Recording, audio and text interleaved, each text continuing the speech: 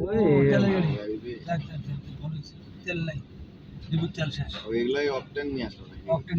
octane আছে kerosene আছে diesel আছে তাহলে পার্বতীপুর যাবে পার্বতীপুর থেকে আবার সারা বাংলাদেশে সারা দিকে দিনাজপুরের মধ্যে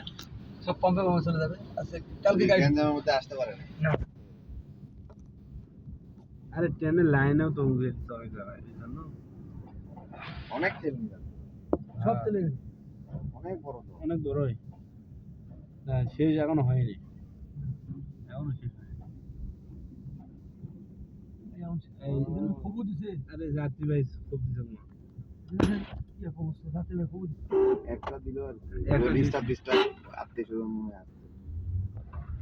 ইমার্জেন্সিদের জন্য